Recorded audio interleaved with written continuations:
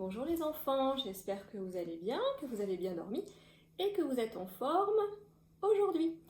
Regardez qui m'accompagne, qui est venu vous rendre visite, Bubule et Vermillon. Voilà. Je ne les mets pas tous les jours à côté de moi parce qu'en fait, d'habitude, ils sont sur mes étagères dans la bibliothèque. Et voilà, je pense que c'est pas très bon de les déplacer tout le temps, mais voilà, de temps en temps, ils viennent nous rendre visite. Voilà, alors, dites-moi, est-ce que vous savez quel jour nous sommes aujourd'hui? Rappelez-moi, hier, nous étions mercredi. D'accord? Comme hier, nous étions mercredi. Aujourd'hui, nous sommes jeudi. D'accord? Aujourd'hui, nous sommes jeudi. Alors, je vous montre jeudi écrit en grand et en lettres majuscules. Vous le voyez bien? Je pense que oui. Allez, on va épeler le mot jeudi. Alors là, c'est la lettre J. E. Allez, je vous écoute derrière. U, oui. D et I. Allez, on reprend encore une fois. J, E, U, D, I. Voilà. Aujourd'hui, nous sommes jeudi. Très bien. Et aujourd'hui, c'est le dernier jour du mois d'avril. D'accord? On retient le dernier jour du mois d'avril aujourd'hui. Et donc, si on reprend ça, donc, hier nous étions mercredi, aujourd'hui nous sommes jeudi, et demain nous serons vendredi. Oui, vendredi. D'accord? Allez, on dit tous ensemble les jours de la semaine. Lundi, mardi, mercredi, jeudi, vendredi, samedi et dimanche. Très bien. Alors, je n'ai pas fait l'appel, parce que j'avais dit que je faisais l'appel tous les lundis, mais on va quand même compter un petit peu aujourd'hui. Alors, quand vous êtes tous présents dans la classe, vous êtes combien? Rappelez-moi. Vous êtes 35, d'accord? 35. Allez, tous ensemble, on va compter jusqu'à 35. Vous êtes prêts? On y va. 1, 2, 3, 4, 5, 6, 7, 8, 9, 10, 11, 12, 13, 14, 15, 16, 17, 18, 19, 20, 21, 22, 23, 24, 25, 26, 27, 28, 29, 30, 31, 32, 33, 34 et 35. Voilà, très bien. Vous êtes tous là. Enfin, je suppose que vous êtes tous derrière votre écran en train de me regarder. Et donc, vous êtes 35. Très bien. Alors, maintenant, on va passer à l'histoire. On poursuit les petites histoires du père Castor. Alors, l'histoire d'aujourd'hui s'intitule « Le souriceau le plus courageux du monde ». Le souriceau le plus courageux du monde. Alors, on va pousser un petit peu les poissons. On s'occupera de tout à l'heure en leur donnant à manger. Mais pour l'instant, on va laisser place à la lecture. Donc, le souriceau le plus courageux du monde. Tout le monde est bien prêt à écouter l'histoire? Vous êtes bien installés? Eh bien, c'est parti. Le souriceau le plus courageux du monde. C'est un conte du Grand Nord, écrit par Albena Ivanovitch Lehr et Robert Giraud. Et les illustrations sont de Maud Legrand. Un tout petit souriceau partit un matin pour une longue promenade. Sa grand-mère souris lui recommanda d'être prudent et l'accompagna jusqu'à l'entrée du terrier. Le souriceau ne revint que le soir, fatigué et affamé. « Oh, grand-mère !» s'écria-t-il. « Tu ne devineras jamais ce qui m'est arrivé. Mais tout d'abord, donne-moi à manger, s'il te plaît. Je meurs de faim. »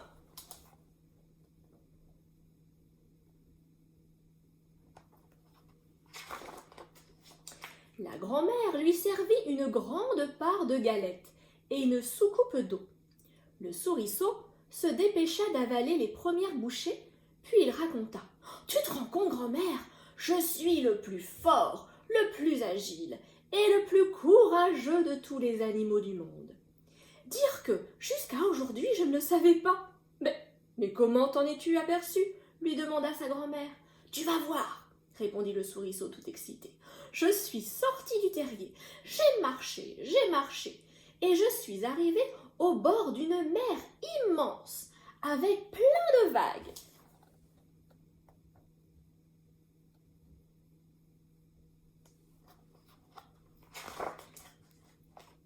Mais je n'ai pas eu peur, continua le souriceau. Je me suis jeté à l'eau et j'ai traversé la mer à la nage. Je n'aurais jamais pensé que je savais aussi bien nager. Mais où est donc cette mer ? Interrogea la grand-mère. Loin, très loin de notre terrier, du côté où le soleil se lève, répondit le souriceau.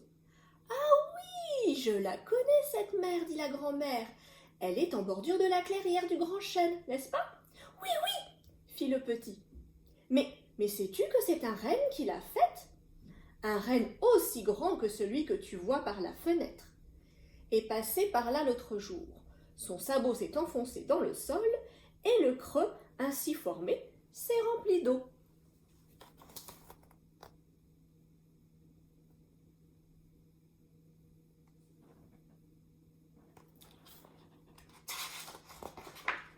Le souriceau, sans se décourager, reprit.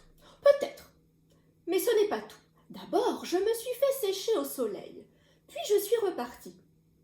Il s'arrêta pour croquer un bout de galette. Puis poursuivit son récit. Aussitôt, j'ai vu la montagne terriblement haute. J'ai vu une montagne terriblement haute. Même que les arbres qui poussaient dessus montaient jusqu'aux nuages. Plutôt que d'en faire le tour, j'ai décidé de sauter par-dessus.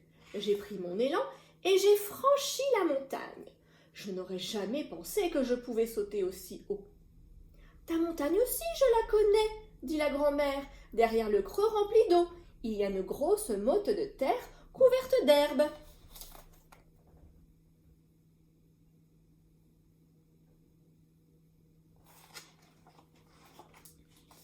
Le souriceau poussa un gros soupir et continua. « Attends, ce n'est pas fini. J'ai vu 2 ours en train de se battre.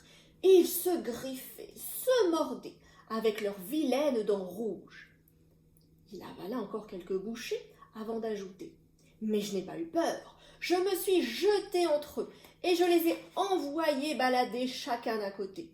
Je n'en revenais pas d'être venu tout seul à bout de 2 ours. » La grand-mère réfléchit un moment puis dit. « Ils avaient de vilaines dents rouges, tu dis.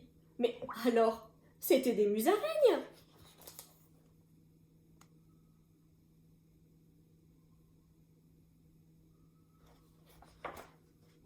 Le souriceau soupira à fendre l'âme.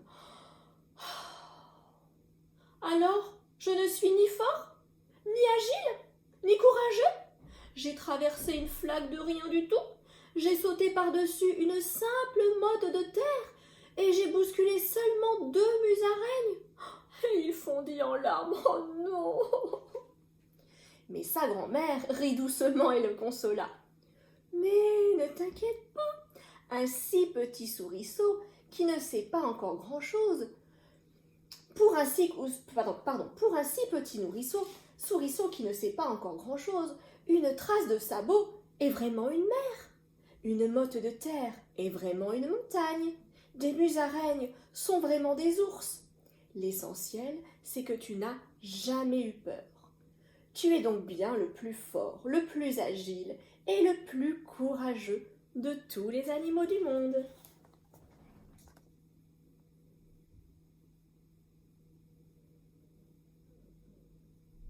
Voilà, fin de cette histoire. Alors, dites-moi, j'ai une petite question. Que mange le souriceau à chaque fois qu'il raconte son histoire ? Là, il commence à raconter son histoire et entre deux, il mange. Que mange-t-il ? Un morceau de galette. Alors, ça me fait penser que l'on peut chanter. Vous vous souvenez, on avait appris 2 chansons sur des galettes, d'accord? Il y a la chanson qui s'intitule « Je suis la galette ». Vous vous souvenez? Je suis la galette. Dans l'histoire Roule Galette. On la chante ensemble cette chanson? Allez, on y va. Je suis la galette, la galette. Je suis faite avec le blé ramassé dans le grenier. On m'a mise à refroidir, mais j'ai mieux aimé courir. Attrape-moi si tu peux. Allez, on la rechante encore une fois. Je suis la galette, la galette. Je suis faite avec le blé ramassé dans le grenier. On m'a mise à refroidir, mais j'ai mieux aimé courir. Attrape-moi si tu peux. Alors, il y avait cette chanson-là, et il y avait également J'aime la galette. Je vous la montre. J'aime la galette. On y va? J'aime la galette. Savez-vous comment? Quand elle est bien faite, avec du beurre dedans. Tralalalalalalala. Tralalalalalalala. Tralalalalalalala. Tralalalalalalala. Très bien. Alors maintenant, il est temps de nourrir les poissons. Je les ai fait patienter un petit peu pour pouvoir les nourrir avec vous. Alors, est-ce qu'on va les voir? Je vais pousser un petit peu, mais je pense qu'ils vont venir. J'ai pris leurs graines, vous vous souvenez de leurs graines? Et on va leur donner à manger et on va leur souhaiter un bon appétit ensemble. Allez, je remplis, je mets quelques graines dans le couvercle. Voilà, j'en ai mis un petit peu beaucoup. Et regardez, ils savent, hein, ils savent qu'on va leur donner à manger. On y va? Bon appétit, Vermillon et Bubule. Allez, je veux vous l'entendre dire. Bon appétit, Vermillon et Bubule. Allez, on chante la chanson des poissons. Les petits poissons dans l'eau nagent, nagent, nagent, nagent, nagent. Les petits poissons dans l'eau nagent aussi bien que les gros. Les gros, les petits nagent comme il faut. Les petits, les gros nagent bien aussi. Les petits poissons dans l'eau nagent, nagent, nagent, nagent, nagent. Les petits poissons dans l'eau nagent aussi bien que les gros. Très bien. Eh bien, on va les laisser manger tranquillement, Vermillon à Bubule. Voilà, je vais les pousser un tout petit peu. Voilà. Et de temps en temps, ils viendront avec moi, d'accord? Voilà, pas tous les jours, mais souvent. Alors, je vais maintenant vous expliquer les ateliers que vous allez devoir faire aujourd'hui. Alors, d'abord en mathématiques.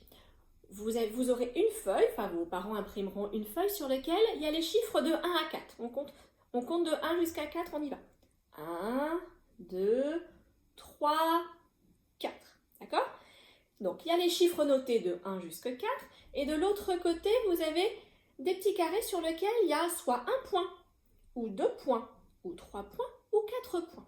Vous devez compter le nombre de points et les relier au bon chiffre correspondant. C'est compris? D'accord? Donc, vous comptez bien et vous reliez au bon chiffre. Si vous voyez 2 points, et bien vous reliez au chiffre qui s'appelle 2. D'accord? Voilà. Alors, ça, c'est la première activité. La deuxième activité, c'est encore un jeu des différences. Vous vous souvenez, hier ou avant-hier, je vous ai demandé, vous aviez 2 images de Choupi, et voilà, elles n'étaient pas tout à fait identiques, mais elles se ressemblaient beaucoup. Il y avait 7 différences, je crois. Donc là, vous aurez 2 images avec des cochons, et même chose, alors là, sauf qu'il y aura 5 différences à trouver. 5 différences à trouver entre les 2 images, d'accord? Il faut bien regarder parce que au départ, quand on les voit comme ça, mais on se dit, mais elles sont identiques? Non, pas du tout. Il y a 5 choses qui ne sont pas pareilles. Ensuite, vous allez devoir reconstituer le mot jeudi. D'accord? Donc, il faudra trouver la lettre J, puis la lettre E, la lettre U, la lettre D et la lettre I. remettre bien ces lettres dans le bon ordre pour reformer le mot jeudi. D'accord? Ça, c'est la troisième activité. La quatrième activité s'intitule « À chacun sa maison ». Vous avez une petite fille, donc pareil, vous avez deux côtés. D'un côté où il y a des animaux, je crois qu'il y a une araignée, il y a un oiseau, il y a aussi une petite fille. Et de l'autre côté, il y a leur maison, enfin l'endroit où ils vivent. Alors pareil, vous devez regarder, par exemple pour l'oiseau, il faut retrouver son nid. Pour l'araignée, il faut trouver sa toile. Et quand on a trouvé, on relie, d'accord, l'animal à sa maison, d'accord? Et enfin, la cinquième activité, ça sera un puzzle, d'accord? Vous prenez un puzzle à la maison et vous faites un puzzle. Alors, vous essayez de faire un puzzle, vous demandez à papa et à maman de faire un puzzle d'au moins 20 pièces, une vingtaine de pièces. Si vous y arrivez facilement à faire des puzzles de 20 pièces, vous prenez plus, bien sûr, d'accord? Et si ça vous plaît de faire des puzzles, vous pouvez en faire 2, d'accord? Mais vous en faites au moins 1, c'est compris? Très bien, donc voilà les activités d'aujourd'hui. Donc j'espère que vous allez bien travailler. Et puis si vous n'avez pas le temps de tout faire, vous pouvez poursuivre demain, d'accord? Alors, donc, on se retrouvera. Alors, il faut que je vous explique quelque chose. Je vous ai dit qu'aujourd'hui nous sommes le jeudi 30 avril. Nous sommes le dernier jour du mois d'avril. Parce que demain, nous serons le vendredi 1er mai. Ça sera le premier jour du mois de mai. Et le 1er mai, c'est un jour férié. Un jour férié, ça veut dire que c'est un jour où personne ne travaille. Enfin, peu de monde travaille. D'accord? Donc, il n'y aura pas l'école, il n'y aura pas non plus l'école à la maison. D'accord? C'est un jour où l'on se repose. Et donc voilà, ça s'appelle la fête du travail. Et vous verrez peut-être du muguet, parce que le 1er mai, on offre généralement du muguet. Le muguet, c'est une fleur qui annonce souvent le printemps. Alors j'avais pris... Oh, il y a Bébule et Vermillon qui s'agitent. J'avais pris voilà, je voulais vous montrer ce que c'était du muguet. Le muguet, voilà, ce sont des petites fleurs, voilà, des petites clochettes blanches. Je pense que surtout ceux qui sont à la campagne doivent avoir sans doute du muguet dans leur jardin. Donc vous verrez que le 1er mai, souvent on offre du muguet car c'est un porte-bonheur. On dit que le muguet c'est un porte-bonheur. Voilà, quand on offre du muguet à quelqu'un, c'est pour lui, pour que ça lui porte bonheur. Voilà, donc on retient que demain il n'y a pas école, que c'est la fête du travail et que l'on verra sans doute circuler beaucoup de muguet. Voilà, ben moi je vous l'offre ce muguet. Voilà, vous essayez de l'attraper. Hop, voilà. Du muguet rien que pour vous porter bonheur. Voilà, et ben il est temps de se quitter. Voilà, donc on se retrouvera à l'école. Alors vendredi, on ne vient pas à l'école puisque c'est un jour férié. Samedi et dimanche, vous vous souvenez, c'est le week-end, donc pas école non plus. Pas l'école non plus à la maison. On se retrouvera lundi, d'accord? On se retrouvera pour cette vidéo lundi, c'est compris? Voilà. En attendant, si vendredi, samedi et dimanche, vous ne savez pas quoi faire, vous pouvez écrire les mots, d'accord? Vendredi, samedi et dimanche, vous pouvez, si ça vous amuse, vous amuser à former ces mots avec vos petites lettres de l'alphabet. D'accord? Voilà. Eh bien, je vous embrasse. À 3, on s'envoie un bisou. Je vous envoie un gros bisou et vous m'en envoyez un aussi. On y va? 1, 2, 3. Bon week-end et à bientôt.